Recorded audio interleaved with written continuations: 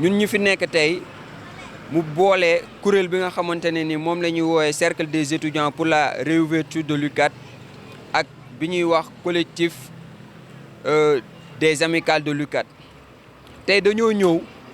en tant que doom di yëgal suñuy ay waajur que ñun li ñuy dund jamono ji dafa metti lool que ñun réew mi ñu nekk plus de 5 mois juróomi weer yi ñu def mënuñoo jàng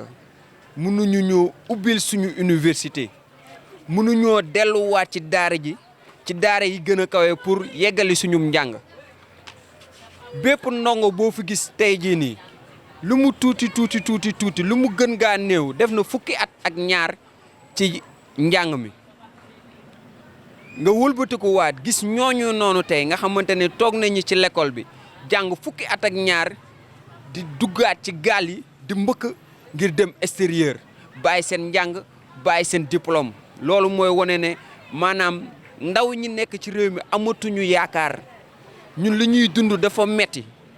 te li ñuy laajte kat ñun jàpp nañ ne loolu jafewul ndax jàng dong la ñu bëgguñu leneen lu dul jàng coow li bëri na lool mais dellu suñuy amphi yi toog ñu jàngal ñu am xam-xam valider suñuy licence valider suñuy master moom moo ñu ñor ngelaw waay ubbil leen ñu suñu daara yi ngir ñu mën a jàngi bëgguñu xeex bëgguñu xuloo mais yow miy papa yow miy yaay yow miy nijaay nga gis sa doom chaque jour moo ngi ci sa biir kër jàng nga ko santoon depuis ba muy gone mënul jàngi def nañ ko lu war a tolloo ci juróomi weer dafa metti xam nañu réew mi ci situation yi mu nekk mënuñoo dem liggéeyi fenn parce que réew mi amul liggéey ñun étudiants yi amuñu ci lu ñuy jàpp ci lu dul suñu njàng ngir yaakaar tekki ëllëg toog place su njiiti réew mi ñoom fu ñu toog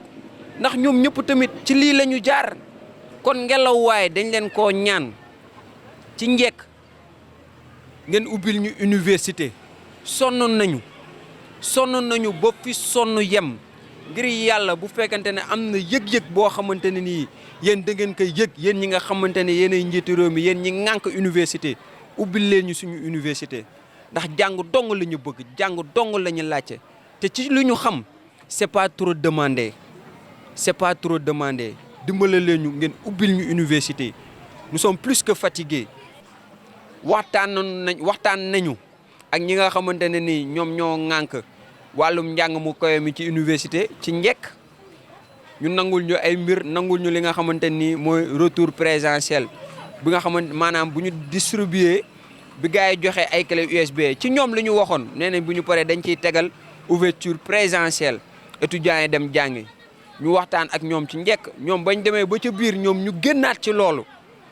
ñun ñu defaat ay yeneen plan d'action pas d'études à l'UCAD pas d'études au Sénégal ñëpp dégg nañ ko fii ci région yëpp étudiants yi délogé nañu pour wane ne ñoom dañaa bëgg a jàngi kon jàpp naa ne ñun li nga xamante ne nii tey ñun loolu moom moo ñu dese mooy ñaan leen en tant que waajur yi nga xamante ne nii yéen a ñu meññ yéen a nekk suñuy waajur yéen a bëgg ñun ñu tekki yéen a bëgg ëllëg bu ngeen demee ba màgget ñun ñi nga xamante ne ñoom ñoo yor réew mi ñu ñëwaat yor réew mi ñu nga xam ñoo nekk ndawi réew mi ñu yor réew mi teg ko ci tànk yi ngeen xamante ne nii ci la war a nekk kon ñun ñii ngeen gis fii nekkuñu ay jeunes yoo xamante ne nii dañoo violent non nekkuñu ay jeunes yi nga xamante ni ñun ñooy taal ay di yàq ñun boo ñu gisee rek di nga xam ne loolu nekkul si ñun li ñu bëgg jàng kese la te leneen lu dul jàng ñoruñu te bis bu ngeen ñu ubbilee bis bu njiitu UCAD yi ubbilee université ci la ñuy gën a xam ne ñun leneen lu dul jàng ñoruñu